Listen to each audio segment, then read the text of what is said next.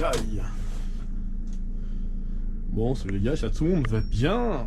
On va faire un nouveau vlog. Ça fait longtemps qu'il n'y a pas eu de vlog sur la chaîne, n'empêche, hein, attention. Hein. Et puis à la GoPro en plus, hein, attention, ça rigole pas. Bon, aujourd'hui on fait un départ de Bourdoisan sur la ligne 3020, direction l'Alpe d'Huez. En Evadis, on a le numéro de parc 684 précisément. Alors Bon, c'est une montée que j'ai déjà filmée plusieurs fois, on va pas se mentir, sur la chaîne. Cependant, j'ai voulu la refaire parce que je sais pas si vous voyez là, mais il y a une grosse couche nuageuse et l'Alpe d'Huez est juste au-dessus. Donc en fait, on risque d'avoir le droit à une belle mer de nuages. Et très franchement, ça peut être sympa, la sortie des nuages avec le car, une musique épique derrière et tout. Enfin, ouais, non, peut-être beaucoup, je sais pas trop. Voilà. Bon, le dilemme de la journée, c'est que du coup, là, on est en correspondance. On voit dans le rétro derrière mon Webasto qui fume à mort, avec un car de la ligne 3000 qui arrive de Grenoble. Sauf que ce car était donc juste devant moi. Et il s'est arrêté sur une place de parking de voiture là-bas avant d'arriver ici. Donc j'en déduis qu'il est à vide. Voilà, mais j'en suis pas sûr. Maintenant il est 36. Bon, c'est qu'on va y aller. Et puis bah si jamais il a du monde, je m'arrêterai à son niveau pour récupérer les clients. Allez, c'est parti. Oh, ça fait longtemps les gars, un vlog, attention, hein. Punaise, ça remonte. Hein. Ouais, c'est garé là-bas. On le voit au fond, je sais pas si vous voyez, c'est un crossway. Bon, je pense que si c'est garé là, c'est qu'il a personne, à mon avis. Ça me paraît logique.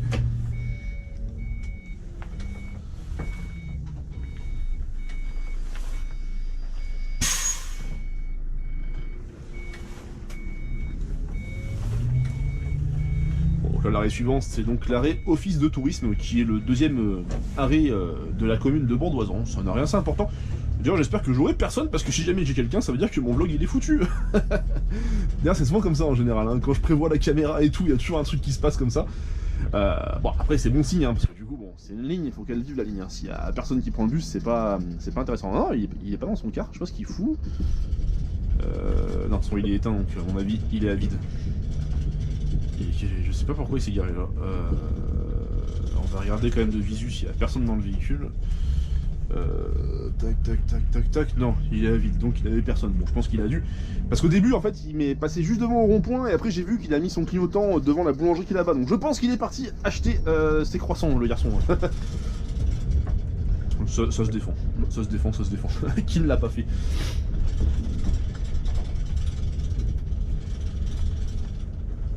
Bon alors, suspense, y a-t-il du monde à l'office de tourisme?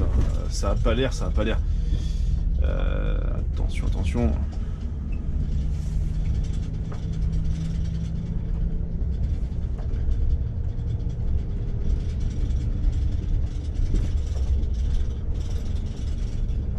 C'est bon, il y a personne, c'est magnifique. Bon d'ailleurs les gars, l'autre fois j'ai découvert, non, c'est un collègue que j'avais en formation qui m'a fait découvrir une astuce assez intéressante qui fonctionne sur tout ce qui est Iveco Crossway et Evadis. Voilà. D'ailleurs j'en parlerai je pense dans mon volume 3 des trucs et astuces pour Iveco Evadis. C'est que, je savais pas, mais on peut annuler un arrêt demandé à bord de ces véhicules là. Alors je vais vous montrer, on va supposer qu'il y a un client qui demande l'arrêt. Donc le témoin c'est clair, j'ai un témoin au tableau de bord. Voilà. Et moi je veux annuler tout simplement la demande du client. Et bien pour ça c'est pas compliqué, je vais appuyer sur le bouton de la porte arrière. Attention. Hop, et l'arrêt est annulé. Oui, on peut recommencer. Voilà, tac, j'annule. Voilà, c'est une fonction assez pratique, notamment quand on fait des services scolaires où il y a des gamins qui s'amusent à appuyer sur des boutons arrêt demandé alors qu'ils veulent pas s'arrêter à l'arrêt, ou si on sait que il y a une forte probabilité pour que la personne soit trompée d'arrêt. C'est assez pratique. Un exemple concret, notamment quand on est sur la ligne 3000, quand on arrive sur Grenoble, sur la commune de Pont-de-Clé précisément. Donc on fait un grand arrêt qui s'appelle Pont-de-Clé-Mairie. C'est un arrêt commun avec une ligne chrono, la C2 du réseau TAG, qui est une ligne faite en bus articulé, avec plusieurs autres lignes de l'agglomération. Et c'est un arrêt assez important. Il y a souvent des gens qui s'arrêtent ici. Mais avant cet arrêt-là, il y a un arrêt qui est méconnu, qui est situé 800 mètres avant celui-là. C'est un arrêt tout petit, il n'y a même pas de quai PMR, c'est un petit arrêt comme ça avec un panneau. Et souvent les gens, vu qu'ils oublient cet arrêt, et ben ils appuient sur le bouton arrêt demandé, et ben pour la mairie, mais avant cet arrêt-là. Voilà. Et donc en fait en faisant ça, ça évite de devoir s'arrêter à cet arrêt-là. Bon, après on passe quand même au ralenti, des fois qu'il y avait réellement un client qui voulait s'arrêter ici. Donc voilà, donc là on fait l'arrêt suivant, l'arrêt Sarenne-Bergerie, qui est juste là, je pense. Voilà. Ça en arrive, il y a un peu de monde des fois, notamment le matin et le soir, la ligne 3020 récupère des gens qui vont travailler sur la station, et du coup on a des fois des clients ici, ou des fois des enfants qui vont au collège. Voilà, ils prennent le car pour rentrer du collège. Ouais, c'est parti pour la première montée, c'est la plus raide. De toute façon, jusqu'à la gare, ça monte le plus.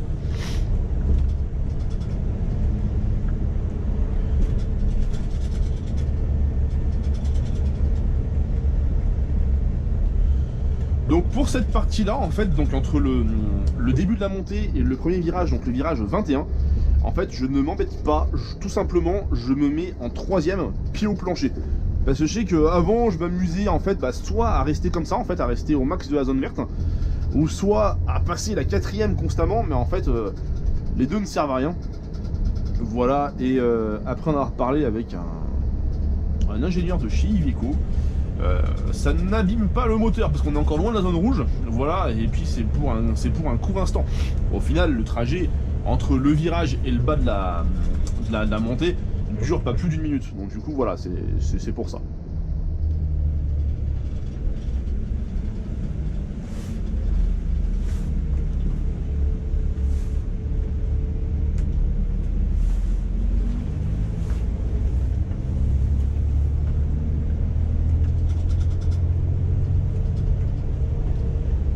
Bon, bah, je profite aussi un petit peu de ce petit vlog pour vous parler un petit peu des différents projets, parce qu'il y a beaucoup de choses qui vont intervenir prochainement sur la chaîne.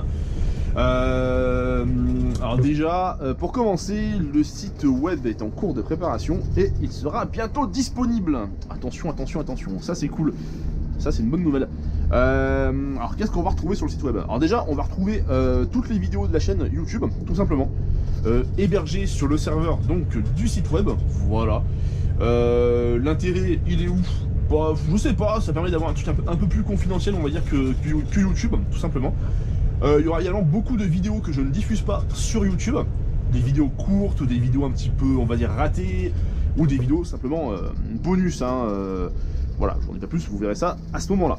Il y aura également une partie formation avec énormément de documents, notamment des documentations techniques de véhicules, des scans complets de modes d'emploi de véhicules comme Iveco Crossway, Evadis, Bova, Iliad, bah, tout ce que j'ai sous la main, hein, tout simplement. Également des fiches de cours que je vous mettrai à disposition par rapport au permis de transport en commun, des fiches pratiques sur comment démarrer tel ou tel véhicule, utiliser la rampe PMR d'un véhicule, bref, il y aura pas mal de choses. Voilà. À côté de ça, je vous rappelle, il y a de ça maintenant quasiment 1 an et demi, je crois, je vous ai parlé du projet d'acheter un bus. Voilà, j'ai même fait un appel aux dons qui a bien marché puisque j'ai réussi à obtenir 800 € de votre part. Encore un grand merci à tous ceux qui ont donné. Et depuis, plus de nouvelles. Voilà. Donc, comme prévu, sur le site donc internet, il y aura un fameux espace VIP en fait qui sera pour toutes les personnes qui ont fait un don pour l'achat du véhicule. Voilà. Et donc là-dedans, ils pourront suivre donc l'évolution du projet. On pourra communiquer ensemble sur le projet. Et quand le bus, parce que le projet est encore d'actualité, quand le bus sera enfin en notre possession, comme prévu, ils pourront savoir où est le véhicule, ils pourront participer donc à des événements avec ce véhicule-là, et tout, et tout, et tout. À côté, on va parler du projet CBS, GBS, à savoir tous mes jeux de bus, hein, donc Chris Bus Simulator et Grenoble Bus Simulator, donc voilà, toutes mes frasques informatiques. Alors, les projets en sont où? Alors, les projets sont à l'arrêt. Tout simplement parce que du coup, entre-temps, OMSI, le fameux jeu de bus, s'est développé de manière exponentielle. Maintenant, bah, je pense que vous le savez tous, hein, on retrouve des maps magnifiques comme Saint-Servant, on peut avoir un Agorael, un Citelis, un GX317, on peut avoir des Crossway, des Arway, des Recreo, des Evadis. Enfin bref, je considère que OMSI 2 est devenu la référence de simulation. En plus, pour y jouer souvent, je peux, pour ceux qui ne conduisent pas de car ou de bus, je peux vous garantir que c'est un jeu qui est hyper fidèle niveau sensation, niveau réalisme. On a vraiment l'impression de conduire un vrai bus. Voilà, à l'inverse des fameux jeux comme Bus Simulator 2020 qui sont juste hyper mal faits, je trouve. Franchement, c'est niveau réalisme, ça vaut pas grand chose. Donc voilà, donc je me suis dit, vu que OMSI maintenant est devenu hyper abouti, est-ce que c'est vraiment utile de faire un CBS ou de faire un GBS? Pour moi, la réponse est non, ça sert à rien, je pense, ça ferait de doublon. Donc, sur le site internet, je vais mettre à votre disposition tous les modèles 3D que j'ai conçus pour ces deux projets depuis 2008. Donc, il y a énormément de bus, d'objets, de maps, tout sera mis à votre disposition. Voilà. Dans une boutique, oui, ça sera payant, je sais, je suis radin. Bon, ça sera modeste, hein. Par exemple, je sais que j'ai un modèle de GX317 de Grenoble, voilà, il sera vendu dans les 4, je pense, 3-4 euros au grand max. Voilà, tout simplement. Du coup, voilà, donc tout sera mis à disposition. Et également, je vais vous mettre aussi à disposition une copie du jeu CBS, mais qui a été modifié, parce que du coup, vu qu'il y a déjà OMSI, ça sert à rien de faire un jeu comme OMSI. En fait, à la place, ça sera un jeu pour apprendre le maniement et la conduite d'un autocar. Voilà. Donc dans ce jeu-là, vous aurez donc quelques modèles de cars et de bus réels hein, qui circulent en France. Par contre, ce ne sera pas comme dans OMSI. Hein. Vous n'aurez pas de vue de tableau de bord. Il n'y aura pas la possibilité de cliquer sur les boutons. Voilà. Par contre, à l'inverse, voilà, vous aurez différentes maps qui vont vous apprendre à conduire un bus ou un car. Voilà, comment éviter un obstacle, comment conduire sur la neige, comment prendre une rue super étroite. En fait, ce sera des différents niveaux qui vont s'enchaîner. En fait, pour vous apprendre à gérer le gabarit, à gérer par exemple un démarrage en côte sur la neige. Voilà, donc à l'inverse, voilà, du fait qu'il n'y aura pas de tableau de bord et tout, parce qu'en fait, on aura différentes vues. Mais la vue avant, ça sera une vue avec simplement les rétroviseurs. Vraiment, le logiciel, hein. Ça sera plus un logiciel qu'un jeu vidéo. Voilà. À l'inverse de ça, pour compenser le manque de tout ça, vous aurez droit à un moteur physique qui est très fidèle à ce qu'on peut trouver sur un véritable autocar. Voilà. Donc tout ça va arriver avant l'été. Voilà, je vous tiendrai au courant, je ferai des vidéos au fur et à mesure.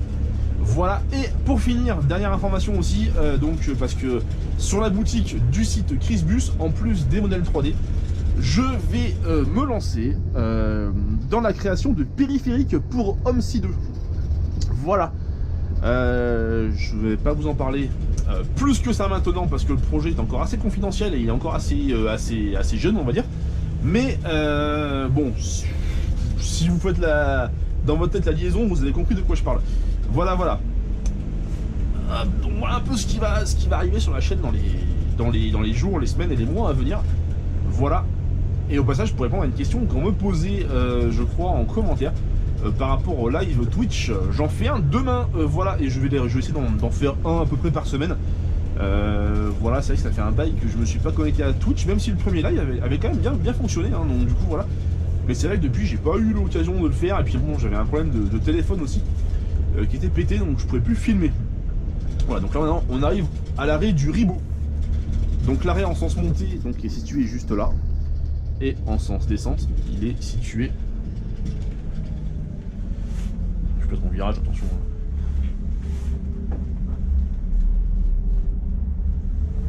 Juste là.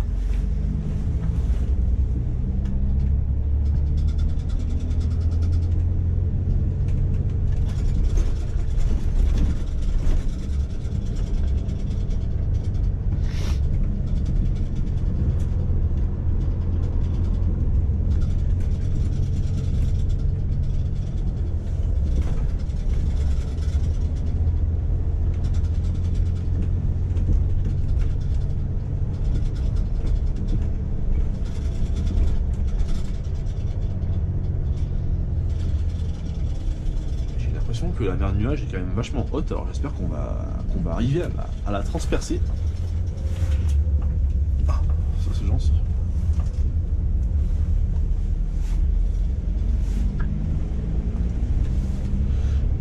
Ouais, c'est bon, on commence à pénétrer le brouillard, c'est bon signe, donc ça veut dire que on va le traverser entièrement, ça c'est cool.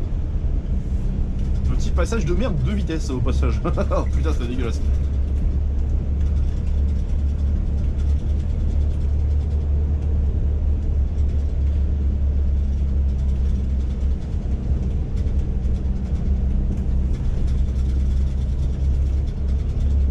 passage, pour les gens qui regardent la vidéo en entier jusque-là, dites-moi ce que vous en pensez en commentaire.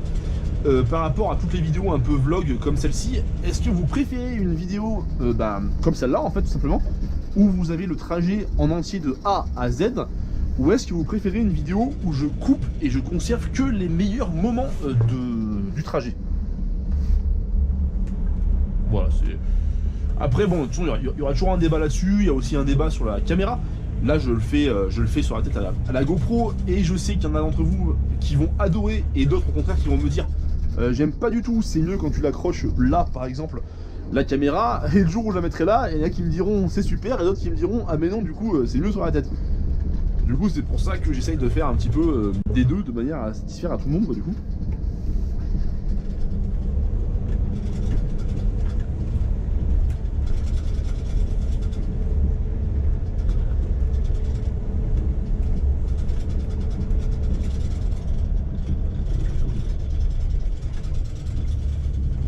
Quand même savoir nous sommes le 10 janvier et bon bah, normalement quand c'est pas la crise sanitaire, n'est-ce pas, dans le car il y a quand même pas mal de clients, il y a du monde, ça roule, voilà, là c'est un peu la dèche.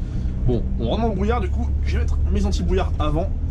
Arrière ça sert à rien parce que j'ai du monde qui me suit et qui me dépasse d'ailleurs au passage. Bon, je vais le laisser passer parce que s'il y a une qui arrive en face, on arrête. Parce qu'il y a des voitures qui me suivent. Et je vois pas l'intérêt de mettre un gros phare rouge dans la gueule des mecs qui sont derrière moi, du coup, à part les éblouir, ça ne servira à rien. L'anti-brouillard arrière, il est intéressant quand personne nous suit et que, voilà, on est vraiment dans une grosse marmelade de brouillard bien épaisse.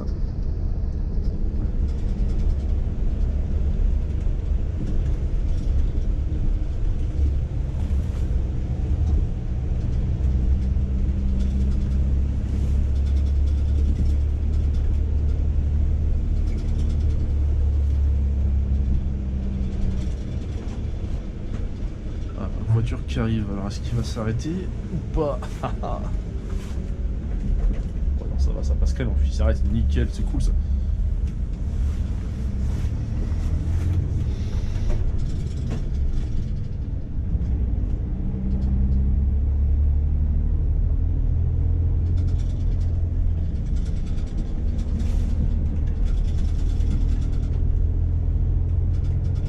D'ailleurs au passage j'en profite pour les gens qui me suivent sur les réseaux sociaux, notamment sur Facebook et sur Instagram. D'ailleurs c'est les deux seuls réseaux que je possède. Voilà. D'ailleurs si vous ne me suivez pas encore, le lien sera dans la description. Vous pourrez aller voir. Voilà, j'ai une page Insta et une page Facebook sur laquelle je poste régulièrement des photos, des infos sur mes aventures. Globalement, je dois poster une fois tous les 3 jours. Du coup voilà, donc si ça vous intéresse, n'hésitez pas à aller vous abonner en masse les gars. Donc pour ceux qui me suivent, vous avez dû voir que j'ai eu pas mal de soucis récemment avec mon car attitré qui était donc le 2106. C'était un Bova Futura FHD équipé en grand tourisme avec siège en cuir, couchette conducteur, les toilettes, boîte à estronique 12 rapports, bref un car que j'ai toujours kiffé conduire. Et là j'étais super heureux de l'avoir en véhicule attitré.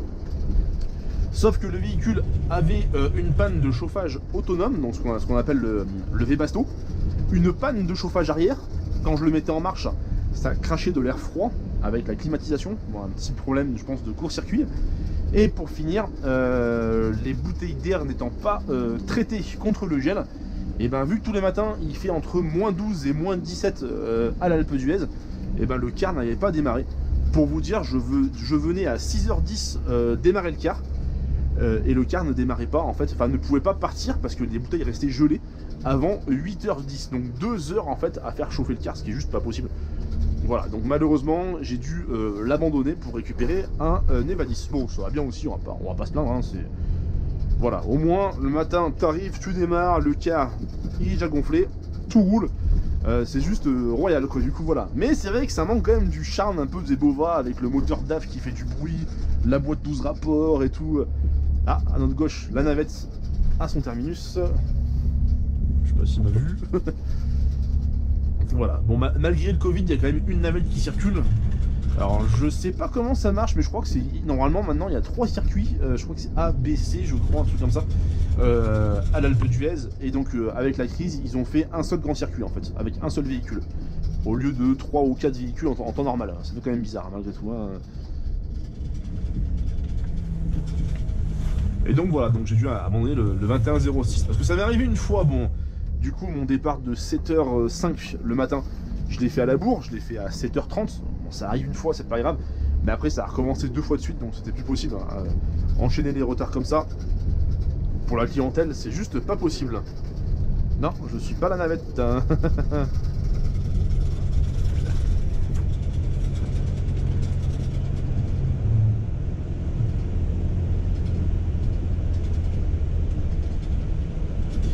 Après, en théorie, les gens, je peux les prendre à ces arrêts-là. Voilà. Parce que ce sont des arrêts que je desserre. L'arrêt en bas où il y avait la navette, c'est US Village, et l'arrêt d'en haut, c'est US Le Haut, tout simplement. Sauf que du coup, bah, si je les prends, il faut qu'ils payent un billet à 3,40 alors qu'il y a une navette gratuite qui passe juste derrière. Voilà, bon. On commence à voir le ciel bleu. Et ça, c'est kiffant parce que du coup, ce que j'aime, c'est que l'Alpe d'Huez, 70% du temps, en bas dans la vallée, il fait gris, c'est la fin du monde, même des fois il pleut. Et on arrive à l'Alpe d'Huez, il y a un grand ciel bleu, il fait chaud et tout, c'est juste... c'est assez sympa comme situation. On se sent dominer le monde. Ouais, non, peut-être pas jusque là, mais bon, du coup, voilà quoi. Ça y est, regardez-moi ça. Ça, c'est la première satisfaction, voilà. Je pense aux collègues qui font les lignes dans la vallée, toute la journée, ils auront leur phare allumé, ils vont rien voir. Et nous, ici, on est juste les rois du pétrole. Et la seconde satisfaction, c'est quand on va avoir la vue sur la mer de nuages. Ça, c'est juste magnifique.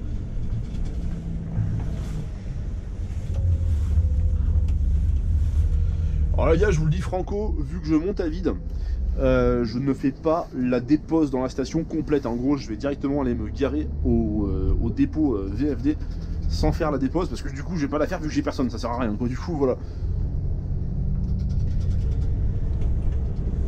Ça arrange tout le monde, ça fait des économies de gasoil, et moi je suis plutôt chez moi, donc du coup j'ai pas me plaindre. Voilà. Là il y a la Remaona aussi qu'on fait, il est là, et dans l'autre sens il est ici. Bon, les zébras sont un peu bouffés par le Seine, hein. Mais normalement c'est ici. Donc voilà. Donc là pour l'instant on continue le circuit habituel, on va prendre à droite, direction le parking des bergers. Voilà, on commence à voir la mer de nuages, là ça commence à avoir de la gueule là.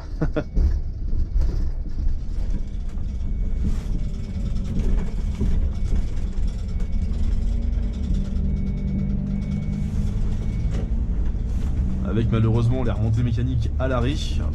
Ah, regardez-moi ça les gars. J'avoue que ça a de la gueule quand même, hein. Putain, hein. Si je peux m'arrêter, je vais m'arrêter. Maintenant le problème c'est qu'il y a un seul parking où on peut s'arrêter. Mais bon, le souci c'est que vu qu'il y a beaucoup de gens qui trouvent ça beau, beaucoup de gens s'arrêtent faire des photos. Du coup voilà. C'est vrai que c'est quand même sympa, hein.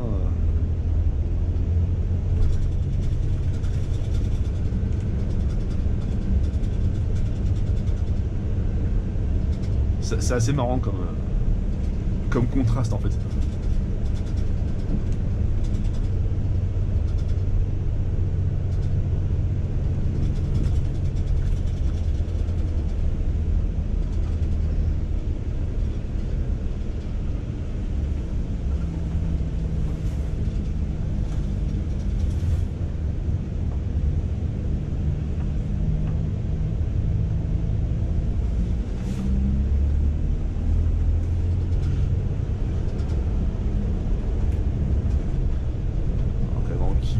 La quatrième, on va arrêter les sur-régimes inutiles.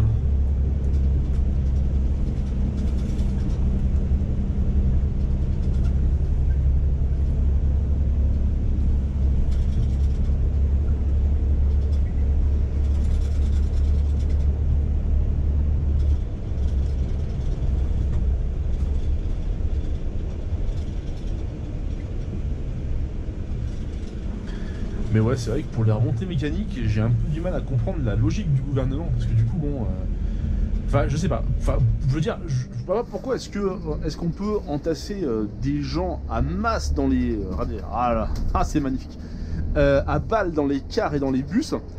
Parce que bon, mon collègue qui fait la navette, des fois je le croise, il est rempli à ras-bord, mais genre il doit être dedans au moins une cinquantaine de clients. Et pourquoi est-ce qu'on peut pas ouvrir des télésièges où on peut mettre, mettons, 1 ou 2 personnes par cabine? Je veux dire, voilà, je trouve ça un peu débile, quoi, du coup.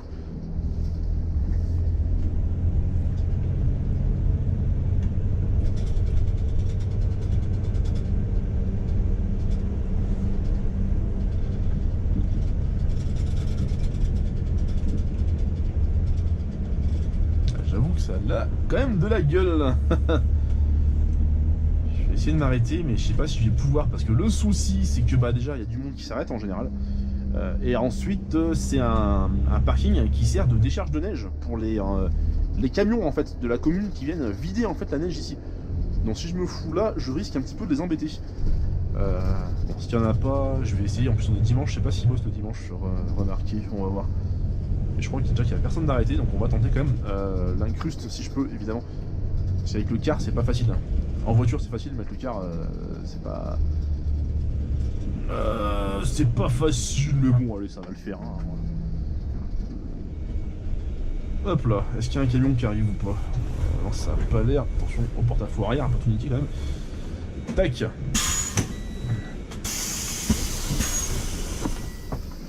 Ce qui est bien quand t'es à vide, c'est que tu fais ta vie et personne te fait chier. Ça, c'est plutôt cool. Ah. Ouais, j'ai mis ça pour faire une barrière anti-Covid. D'ailleurs, à ce sujet, j'en ai une bonne à vous raconter, ça c'est marrant.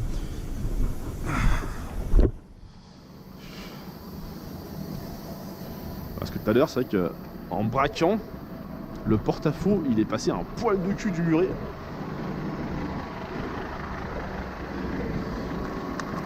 Là. Voilà. Mais bon, ça c'est du travail de précision, hein. Voilà, je suis un peu le meilleur aussi, hein, c'est pour ça, hein, je suis un peu le meilleur chauffeur du monde. Non, c'est de l'humour, hein, je déconne les gars.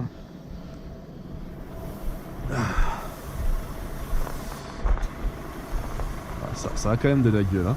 Alors, petit fun fact de la journée, le pylône que vous voyez là, en fait, c'est en fait un pylône qui appartenait à une ancienne remontée mécanique qui partait en fait des mines de l'Herpie là-haut et qui allait jusqu'à Bourdoisan. Et en fait, le jour où ils l'ont arrêté, ils sont pas fait chier. Alors ça remonte, hein. La remontée, elle date de 1890, je crois, donc elle a plus de 100 ans. Et le jour où ils l'ont arrêté, bah, ils ont simplement coupé les câbles.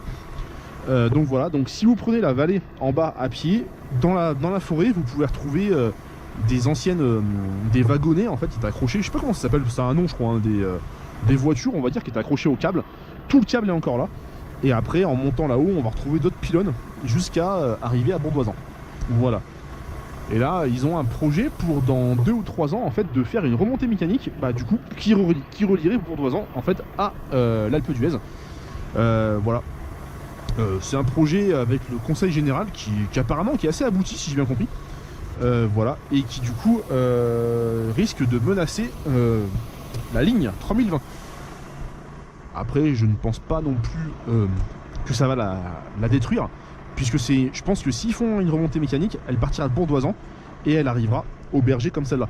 Donc ça veut dire qu'il faudra quand même un quart pour assurer la desserte des villages qu'on a traversés tout à l'heure, à savoir le Ribot, à savoir la Garde, tous ces bleds-là. En fait, simplement, je pense qu'il faudra quand même un quart pour déposer les gens. Ça me paraît logique. Ah, le soleil se lève. Magnifique. Ah, c'est vrai que ça a quand même de la gueule, les gars. Hein. Putain. J'aime faire mon touriste, c'est agréable. Allez, on s'arrache parce que du coup... Je veux pas non plus bloquer les camions s'ils bossent aujourd'hui.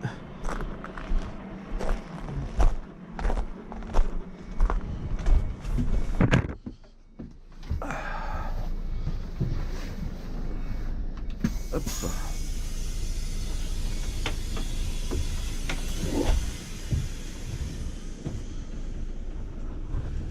Allez, on retire le frein d'arrêt et on est parti.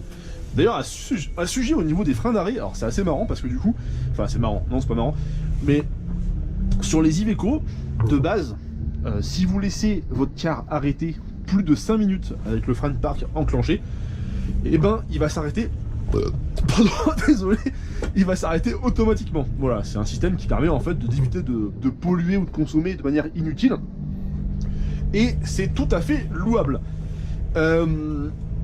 Mais c'est vrai que des fois, notamment le matin quand il fait froid et que le car on veut le faire chauffer, et ben pour éviter ce problème là, ce qu'on fait c'est qu'on retire le frein de parc et on laisse uniquement le frein d'arrêt. Comme ça, et ben au bout de 5 minutes, le car il reste allumé. Voilà.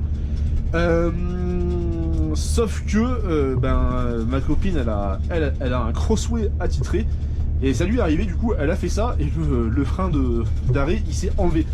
Parce que bon c'est un frein électrique et il y avait un défaut électrique. Du coup voilà. Donc les collègues qui ont ces véhicules là, quand vous le faites gaffe à bien rester à plat parce que du coup ça peut poser un problème. Bon heureusement elle a été à plat, le car a pas bougé, hein. Mais je me dis, celui qui le fait en le laissant légèrement en pente, ouais ça peut être craignos hein. Et oui donc ouais l'histoire que je voulais vous raconter, je parle, c'est horrible. Ce matin du coup j'étais en haut-le-pied donc je portais pas de masque comme maintenant. Parce qu'en fait dans la réglementation, si on est en haut-le-pied ou si même on est en ligne mais que le car est vide, on peut retirer le masque, voilà. Donc j'avais pas de masque, j'arrive à mon premier arrêt, il y avait une dame qui attendait, voilà. Et là, elle me regarde méchamment parce que j'avais pas le masque. Mais j'étais en haut le pied aussi, hein, donc voilà. Donc là, avant d'ouvrir la porte, je mets le masque, voilà. Et elle, qu'est-ce qu'elle fait? Donc on a quand même un véhicule de 62 places, ce qui est assez énorme. Elle vient se coller juste là, elle arrêtait pas de tousser et tout, du coup je lui ai dit gentiment, quoi. Je lui ai dit... voilà, c'est un car immense, on est seul dans le car, vous pouvez pas vous mettre plus loin en fait du coup. C'est des gens, j'arrive pas à comprendre, c'est des gens en fait, voilà, ils ont la peur du Covid, ils ont la peur de cette maladie, mais à côté de ça, ce sont des gens qui font des choses totalement, on va dire, anti-sanitaires quoi, clairement. Voilà. Là je suis parti récemment voir de la famille sur la région parisienne, j'ai été juste sur le cul, parce que les gens dans les magasins ils sont entassés, ils sont des fois dans les boulangeries, ils sont une vingtaine à faire la queue. Voilà, moi je rentre dans la boulangerie et là je croise un monsieur et mon épaule frotte la sienne. Et là il fait oh comme ça, tout gêné. Et à côté de ça, ça les dérange pas d'être à 20 dans la boulangerie, d'être à 200 dans le métro, enfin voilà, je trouve c'est bizarre quoi. C'est bizarre. Ouais, on vit une drôle d'époque je pense. On pourra dire ça à nos gosses. Oui, moi de mon temps, il y avait le Covid. Enfin, la Covid, attention, hein, c'est pas le Covid. Je trouve ça moche la Covid, moi j'aime mieux le Covid. Tant qu'à faire, autant donner un nom agréable à cette merde, hein, du coup. Hein. Bon là, faut passer un petit bourrelet, du coup, il faut accélérer un petit peu. On va de retour au parking VFD. Donc là, arrivé devant le parking des bergers, juste là, j'ai fermé ma course parce que du coup, ça sert à rien de faire le reste de la dépose vu que j'ai personne.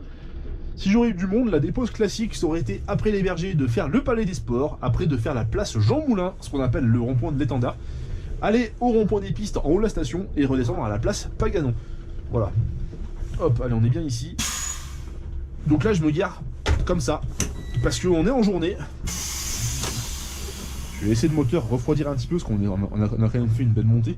On est en journée, en fait, et sur ce parking-là, on peut être amené à se garer à 3 voire 4 cars. Donc en me mettant comme ça, mes collègues peuvent se garer comme ça, en fait, on peut se garer comme ça. Après, quand c'est le soir et que je sais que je suis tout seul, je me fais pas chier, hein, je me gare au milieu du parking et puis voilà quoi. Ah, ma petite Célica. Coucou. Ouais, c'était pas drôle. Hein. Voilà, gars, c'est la fin de la vidéo. J'espère qu'elle vous a plu. J'espère que l'image était pas trop moche. J'espère que la vidéo va être bien, hein, qu'elle aura plein de vues, plein de thunes, plein d'abonnés. Non, on s'en fout en fait. Allez, bisous à tous.